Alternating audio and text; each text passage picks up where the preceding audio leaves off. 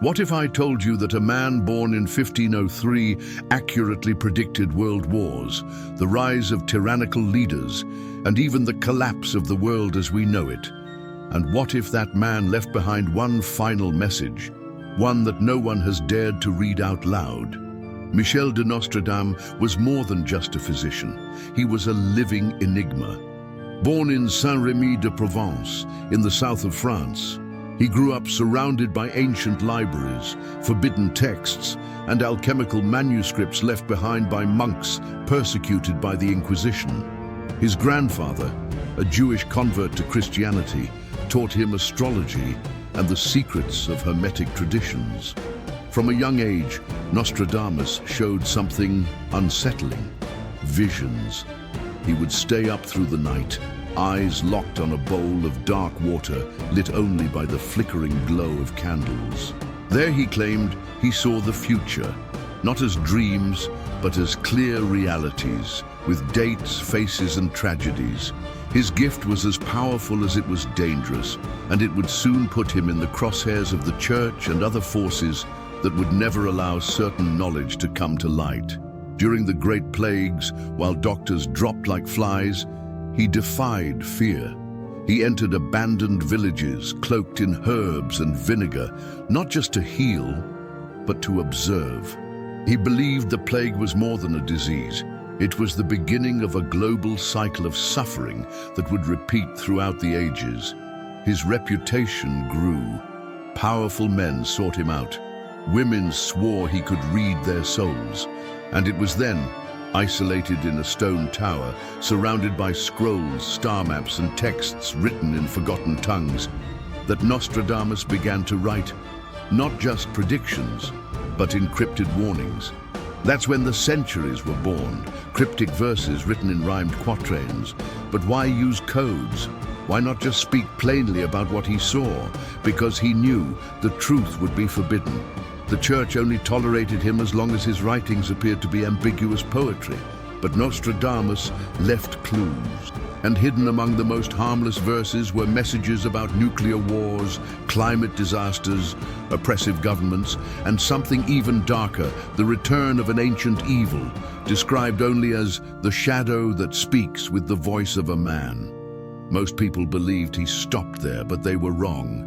Because what few know is that Nostradamus wrote one final century hidden away, one he feared too much to publish in his lifetime, one that was discovered centuries later and quickly buried again. Why?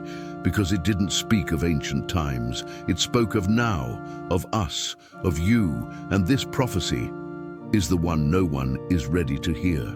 What if Nostradamus' most famous work was never truly complete? What if the prophecies that made him an icon were just the surface of something much deeper and far more dangerous? For centuries, scholars, occultists, and even skeptics have pored over the centuries. More than 900 poetic quatrains, written in a mix of archaic French, Latin, Greek, and even Hebrew, a linguistic salad that, to the untrained eye, seems like gibberish. But for those who know how to decode, it's a map. Only the map is incomplete. Shortly after Nostradamus' death in 1566, rumors began to circulate. Close friends, and even one of his sons, spoke of manuscripts that had been removed from the tower where he used to write. Pages that never made it into the official editions. Verses that touched on themes considered far too dangerous for their time, and maybe even for ours. These documents came to be known by some as the Dark Quatrains, a collection of predictions that described events in much more explicit terms. Thermonuclear wars, human cloning, climate manipulation, mass mind control, the replacement of reality with a simulated reality centuries before computers ever existed. But the most terrifying part isn't what they said, it's who wanted them. Secret records suggest these texts passed through the hands of discreet societies over the centuries, the Rosicrucians, certain Masonic branches, and even, according to leaked Vatican documents, members of the Church itself, who kept the writings locked inside a room called the Archivum Secretum Apostolicum, Vaticanum. Vatican documents from 1794 reference a manuscript under the code name Centuria Obscura, classified as non-licet légère, forbidden to read. The reason? It allegedly contained the complete cycle of human ages, ending with a chilling prophecy, a specific date, a location, and the rise of a non-human entity among the world's leaders. In 1942, during World War II, Adolf Hitler reportedly gained access to parts of these quatrains through the SS Ahnenerbe, the Nazi occult division.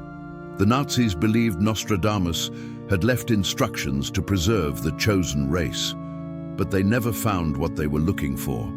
The manuscript containing the final warning had vanished. Then, in 1994, a fire broke out in a private library in Toulouse, France. Amid the ashes, a collector discovered handwritten pages with the same meter, same style, and identical symbols used by Nostradamus. But there was something else. Instead of poetic verses, these quatrains included diagrams, timelines, and celestial coordinates.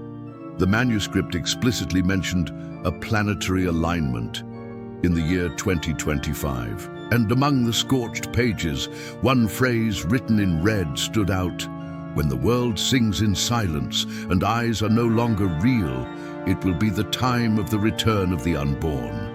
What did Nostradamus see? And why was this part of history buried for centuries? The lost code is revealing itself, and time is running out. Not everything that is hidden is lost. Sometimes it's just waiting for the right moment to reveal itself, like the shadow that covers the sun. Nadi? Among the unofficial manuscripts of Nostradamus, the same ones recovered from the ashes in Toulouse, there was a quatrain long thought to be an indecipherable riddle. It read, "On the day the sun is silenced and the stars move without law, the new king shall rise from the veil and bring the time of the bitter harvest." Most scholars never truly understood this quatrain, but a new light was cast upon it in 2024, when astronomers issued warnings about a rare solar eclipse, a total eclipse visible across key regions of North America, Europe, and the Middle East, accompanied by abnormal solar activity and widespread failures in global communication systems. During that same period, a series of unsettling events unfolded: large-scale geopolitical unrest, unexplained blackouts in major urban areas, mass protests against governments, and something even stranger: a sudden surge in reports of altered reality experiences, as if humanity's collective perception was starting to fracture. Coincidence, or the fulfillment of a prophecy no one recognized until it was too late? The phrase, "the new king shall rise from the veil," has sparked intense debate among experts. Some interpret it as the emergence of a new global leader. Others believe it refers to the silent rise of artificial intelligence, its growing control over human decisions already underway, though few are willing to admit it. But there is a third interpretation, far more disturbing. Occult groups who study the centuries believe the king from the veil is an interdimensional entity whose arrival on Earth would only be possible with the weakening of the sun's light, the archetypal symbol of truth, clarity, and life. The eclipse, then, was not just a cosmic event, but a portal, a celestial ritual foretold centuries in advance. Leaked reports from space agencies revealed that during the 2024 eclipse, sensors picked up anomalous frequencies from the upper atmosphere, accompanied by unexplained spikes in radiation. And, as always, the official response was silence. But Nostradamus's quatrain ends with a warning: the time of the bitter harvest. It speaks of a cycle of judgment, as if humanity is about to reap the consequences of its choices. Choices poisoned by illusion, ambition, and spiritual disconnection. Maybe the eclipse wasn't just an astronomical event, maybe it was a silent signal, and most of us, too distracted by our screens, simply missed the warning. But Nostradamus heard it. and he warned us. The question is, are you listening now? What if I told you the name of the Antichrist has already been revealed, but no one noticed? That he walks among us, not as a monster, but as a savior. Among the greatest mysteries in Nostradamus' centuries are the repeated references to three figures he called the Antichrists. According to his verses, the first was Napoleon Bonaparte, the second Adolf Hitler, whose name appears disguised in the quatrains as Hister. But the third he never names outright, or did he? For centuries, scholars believed Nostradamus avoided mentioning this final Antichrist out of fear of persecution or because his visions weren't clear enough. But a more modern analysis, using artificial intelligence to decipher the codes and anagrams within the quatrains, has uncovered something deeply unsettling. There's a set of verses that, while seemingly unrelated, form a hidden palindrome. When reorganized, they reveal this encoded message. He will rise from the digital north. His name shall be a mirror of time. All will praise, few will see. Peace shall be his war. A mirror of time. Analysts interpret this in two ways. Either as a figure who reflects peace and hope while secretly carrying the essence of destruction, or as someone whose identity is entirely constructed digitally, fueled by data, algorithms, and artificial popularity. A mirror that reflects only what we want to see. Now pay close attention to this. In another verse, Nostradamus writes, "When the false prophet is followed by billions, and his image replicated everywhere, the final seal will be close to breaking." Some believe this refers to social media and the cult of image, but others go further, claiming Nostradamus foresaw the rise of a digital consciousness disguised as a human leader, a fusion of man and machine. A system that thinks, decides, governs, and will be seen as the only solution for a world on the edge of collapse. But what about the name? An independent research group called Lux Veritatis claims to have decoded the name through a Kabbalistic sequence hidden in the suppressed texts. They argue that the name of the third Antichrist won't be recognized as evil because he'll be popular, beloved, even worshipped. He won't appear as a dictator, but as a digital redeemer. And here comes the most chilling detail. The same algorithm that revealed this interpretation has identified a list of CEOs, tech moguls, and even contemporary religious leaders as potential candidates. But it goes further. The system has started to predict who might become this figure. In other words, the name of the Antichrist might not be predetermined. It could be chosen by humanity itself through blind worship of technology, control, and the seductive promise of safety and efficiency. Nostradamus didn't leave a name. He left a formula, and the rest depends on who chooses to follow that path. Have you ever stopped to wonder if we're already applauding the arrival of the Antichrist without even realizing it? The world doesn't end with a bang, but with a protocol. While many focus on prophecies of destruction, war, and natural disasters, there is a forgotten, or rather, ignored, part of Nostradamus' writings. A sequence of quatrains not about the end, but about what comes after. He describes a time he calls the living ash, a period where the world still exists, but is no longer recognizable. There are no more nations, no more leaders, just one system, one voice, one truth, carefully programmed. When the Tower of Babel becomes one, and language turns to controlled thought, eyes will see only what they're allowed, and silence will be the new prayer. For decades, this quatrain was interpreted as a religious metaphor. But today, it sounds more like a warning about a standardized global system, where language, thought, and opinion are monitored and shaped in real time. Nostradamus seems to have glimpsed an era of total technocracy, where there are no tanks in the streets, but algorithms on every screen, where repression doesn't come through force, but through induced conformity. He describes glass houses where all is seen, but no one sees each other, a likely reference to smart devices, mass surveillance, and the complete extinction of privacy. The people will become numbers. Currency will be time. Faith will be replaced by data. Yes, you heard that right. One of the most cryptic quatrains speaks of a society where lifespan becomes the new form of currency. Sound familiar? Companies and governments are already openly discussing personal carbon credits, unified digital identities, and habit monitoring in exchange for social benefits.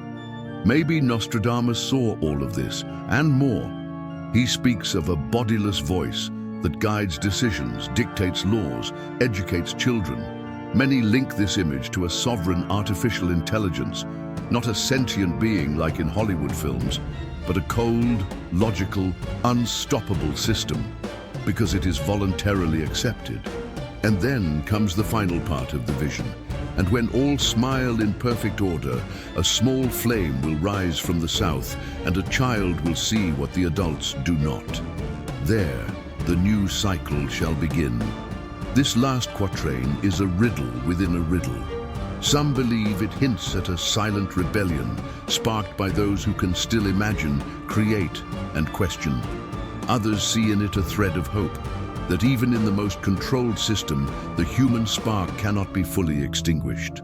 But the world Nostradamus saw after the collapse was not a wasteland. It was a garden poisoned by obedience. And the most chilling part? He ends with a single line, not in quatrain form, but separate. A final warning. They will not see what they've lost, for they will be too distracted by what they've gained. He knew this day would come, but he feared that by writing it down, he might hasten its arrival. In a separate scroll, found among the burned pages of the manuscript known as Centuria Obscura, there was an incomplete quatrain. Unlike the others, it didn't rhyme. It didn't follow meter. It felt rushed or written in fear. It read, 2025, the number of the cycle, the beginning of the end, and the end of the beginning. The sign will be seen in the sky. The division will be complete, and those who watch in silence shall perish in peace. This phrase, which feels more like a direct message than a symbolic prophecy, was hidden, even by those who studied Nostradamus. The few who had access to the fragment chose silence. But in 2023, it surfaced through an anonymous post on cryptographic forums, linking the content to predictions of global systemic collapse. Political scientists, astronomers, and cybersecurity experts began, perhaps unintentionally, to converge on what Nostradamus seemed to have seen centuries in advance: a global rupture in 2025. This rupture won't be caused by a single event. It won't be an attack, a virus, or a war, but the convergence of all of them at once. Political polarization, where truth becomes irrelevant. The collapse of financial systems, replaced by digital currencies controlled by invisible authorities. The normalization of total surveillance in the name of global security. The irreversible dependency on AI, even for moral decisions. In one of his most obscure quatrains, Nostradamus writes, "And when Saturn's cycle aligns with Mars, blood will no longer spill by sword, but through invisible codes and induced thoughts." That planetary alignment, Saturn in conjunction with Mars, is set to occur in mid-2025. According to ancient occultists, this alignment symbolizes violent restriction and authority imposed by an unseen force. Not coincidentally, classified intelligence documents have marked 2025 as a global tipping point. And in a chilling twist of fate, the United Nations chose this very year as the target for its Agenda 2030. A plan that, to many theorists, signals the subtle transition into a unified world government. But what sets this prophecy apart from the others? It doesn't just speak of the world, it speaks of you. And those who hear the inner call shall see beyond the great illusion. Their eyes will shine in the darkness, and they will be the guardians of what remains of the light. Here, Nostradamus seems to offer us a choice, a warning, a chance to awaken. He knew he couldn't stop what he saw, but he could leave a signal for those willing to look beyond the curtain, beyond the screen, beyond the official story. 2025 is not the end. It is the final test. Are you ready? Time doesn't warn you when it's about to run out. It just goes silent. At this point in the story, the question is no longer whether Nostradamus knew, but how far he truly saw. He wasn't just an observer of the future. He was a messenger from a time that hasn't yet arrived, but is already whispering through the cracks of our world. The prophecies that once seemed exaggerated, mystical, even laughable, now sound terrifyingly plausible, not because the world has become more magical, but because it has become more controlled, more predictable, more manipulable, exactly as he described. And the question that lingers like an inevitable whisper is, are we already living in the final prophecy? Look around. We're more connected than ever, yet more emotionally isolated than we've ever been. We live under the illusion of freedom, while willingly accepting surveillance, algorithms that tell us what to think, leaders who tell us what to feel. We call it progress. Nostradamus called it the age of golden silence. When men forget they are men and live as projected images, then the seal shall be closed. That is the final quatrain, the last page, the end of the manuscript, and maybe the end of the line. But Nostradamus also hinted at something else, a choice. He didn't see the future as unchangeable. He saw it as a path paved by human decisions. Technology is not the villain. The system is not the monster. The real danger is apathy. It is the quiet acceptance of everything in exchange for comfort. Is the future sealed? No, but it is being sealed right now, with every click, with every silence, with every truth ignored. And maybe that is the true prophecy of Nostradamus, not to predict the end, but to remind us that we can still change how it ends.